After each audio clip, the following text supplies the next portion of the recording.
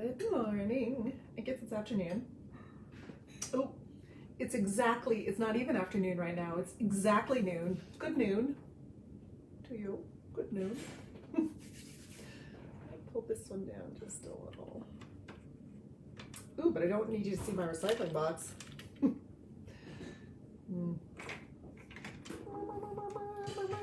Everybody gets a little different view. There we go. It's a little different than it was before. Oh, you can still see my recycling box on my Instagram. There we go.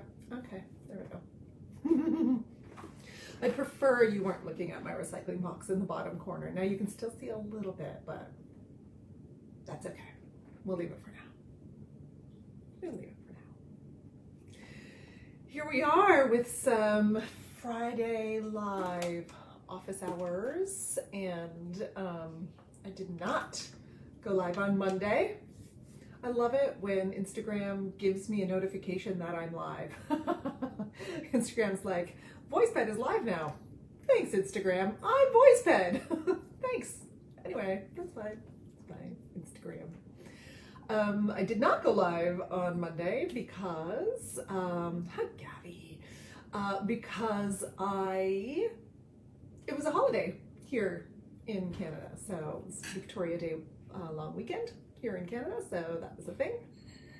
And that is, that's the reason I didn't go live. And then I was gonna maybe go live on Tuesday, but I decided not to, so here we are, almost live. And I'm worried about Facebook again, because I keep having these times when Facebook, screws up. Anyway, if you look out my window here, it's freezing cold here today, like freezing cold, like frost warning, freezing cold. And it's half snowing at the end of May. We had snow. It's just amazing. Go home, Mother Nature. You're drunk. No, all good. These things happen. So, my name is Dr. Shannon Coates, and I am a voice educator who works primarily with voice teachers developing resources and working in small cohorts to train and maximize teaching skills. And welcome to my weekly Friday live office hours. So this is the time on Fridays where I tend to talk about ideas and concepts, and not a lot of practical stuff on Fridays. And then on Mondays, if you join me on Monday at 9 a.m. Pacific, I'm talking a little bit more about practical application things and ideas to apply in the studio. So one of the things that's hard on my mind right now, and if you follow me on Facebook, my personal account, then you will have seen some posts about some things that are happening at the institution, from which I'm just looking over at my degrees on the wall there, from which I am a 3-time alumna. Am I a 3-time alumna or am I a 3-time alumni? Does the plural refer to I, or does the plural refer to the degrees? I do not know. I am a 3-time alumnia. In other words, all 3 of my degrees are from that institution, and so I love that institution, and there's some things going on there right now that are on my mind. And to that end, I wanted to talk a little bit more about the power differential and the power imbalance in the voice studio, and in any kind of situation where we have a teacher-student relationship, and especially in music lessons, for example, where we have a one-on-one teacher-student relationship, or where we can have a one-on-one teacher-student relationship. And it's challenging, right? Because we talk about the power differential, and we talk about the sort of maestro mentality or the expert mentality in the voice studio. Well, specifically, I talk about the voice studio. We talk about it in other disciplines as well, but I talk about the voice studio. And it can be a little bit challenging because we absolutely know where the line is, right? So we know the things that are absolutely wrong. If you are sleeping with your student, for example, that's probably wrong. I mean, probably. There certainly are, adult students and teachers who form relationships in healthy ways, of course. But for example, in a university situation, and of course, if the student is a minor, then that's not right. So we know that that's an abuse of power, right? We're like, okay, that's a line. There's a big line right there. And then the subtlety of what is still an abuse of power and what is still abusive, that subtlety, that thing is sometimes challenging to say, where is the actual line, right? Where's the actual line? And I wanted to read a couple of lines from a poem or a prose from a website called Our Singing Bodies. So that's OURSING, wait, no, SINGINGBODIES.com, OurSingingBodies.com. And this was an anonymous contribution to that site where there's some poetry and stories about, this is almost entirely Western classical music situations, but poems and stories, prose about situations where students felt, where students had experiences of predatory behavior or harassment in some cases, but also ways where they were made to feel as if their bodies were the issue, and their bodies were taken advantage of.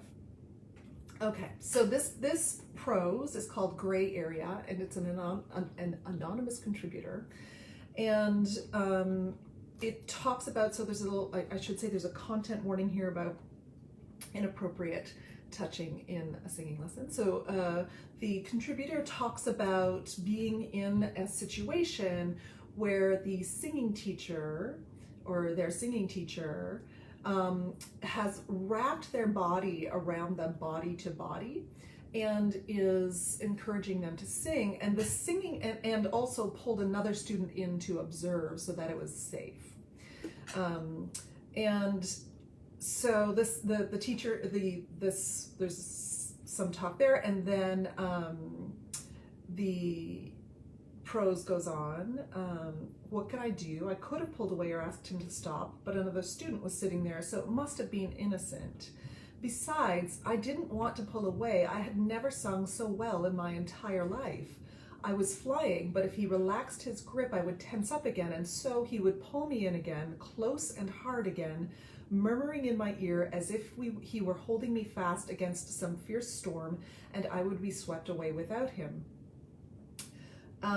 And it goes on and talks about this, the challenge of having another student in the room and feeling that it must be okay, but are they seeing the same thing that I'm seeing? Are we communicating the same thing? And then I could see the other student smiling out of the corner of my eye, saying it was like a completely different voice had been released from my throat, released so long as I was held. It took many years to trust that this high pleasure came from my own body, not from being near anyone else's. So this is the crux of it, isn't it? I think that's so beautifully articulated. This is the crux of it. This is where the thing goes wrong. And that is the line. The line for me is when our student implicitly or explicitly understands that their singing is the result of us, in the way that they will not be able to do that thing. And I'll say, this instance is completely wrong. We should not be body on body with students, okay? I think, yes, like that's completely wrong. However, there are lots of instances where that line is very subtle, right? That line is very subtle. It's very challenging to know. Is that like really wrong?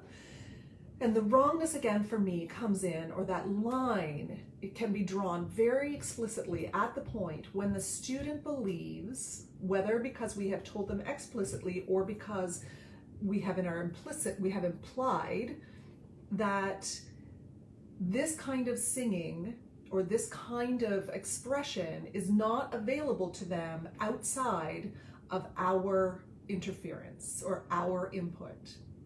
So this kind of expression is because of us, and they do not have access to it outside of us. As soon as a student believes that there is one true way, and we're the arbiter of that one true way, and so anywhere else they're not going to get what they need in order to be able to sing well. As soon as a student believes that we have the sort of proprietary information, that we have information that no one else has, and that we are the only people, the only person in their life who is going to be able to ensure that they can sing well. As soon as a student believes that they will never be able to do what they're doing now on their own or with someone else, with another teacher. As soon as the student believes that, and again, whether it's said explicitly or whether it is implied, whether it's implicit, that's where the line is drawn. That's where the line, for me, that's where the line is. The line is when we do not have a sense, when singers do not have a sense that this is something that is within them and that they have control over and that is their own thing. So again, this becomes challenging, right? I've had some wonderful teachers in my life. Would I be teaching or singing as well as I do without working with my mentor, Lorna MacDonald? No, I likely wouldn't be.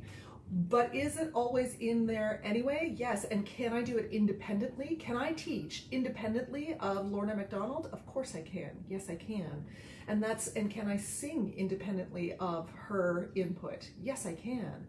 And am I a great teacher myself? Yes, I am a great teacher.